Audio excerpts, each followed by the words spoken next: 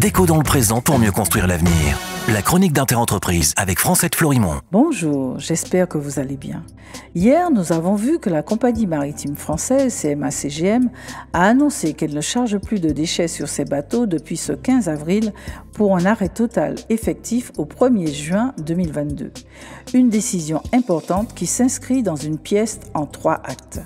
Le premier acte de cette pièce contre le transport mondial de déchets a été la fermeture par la Chine de ses frontières le 1er janvier 2021.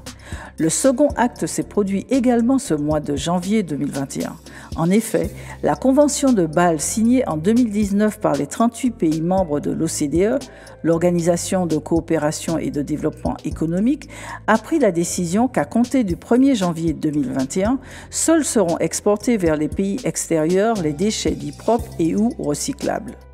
Pour rappel, les pays de l'OCDE sont l'Allemagne, la France, l'Australie, l'Autriche, la Belgique, le Canada, le Chili, la Colombie, le Costa Rica, le Danemark, l'Espagne, les États-Unis, la Finlande, l'Estonie, la Grèce, le Japon, la Norvège, le Portugal, la Suède, la Suisse, etc. Beaucoup de pays occupant les premiers rangs du commerce mondial.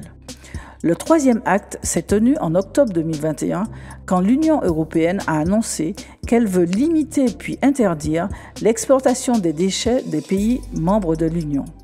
Elle prépare d'ailleurs un paquet législatif en consultation en ce moment qui donnera corps à cette interdiction dont le premier effet sera de connaître la réalité des flux de déchets exportés par tous les pays membres de l'Union. Dans ce texte sont posés également le principe de sanctions importantes contre les contrevenants, dont les compagnies maritimes. C'est donc dans ce contexte que la compagnie CMA-CGM a annoncé sa décision qui est de nature à impacter véritablement le cours de ce business très polluant.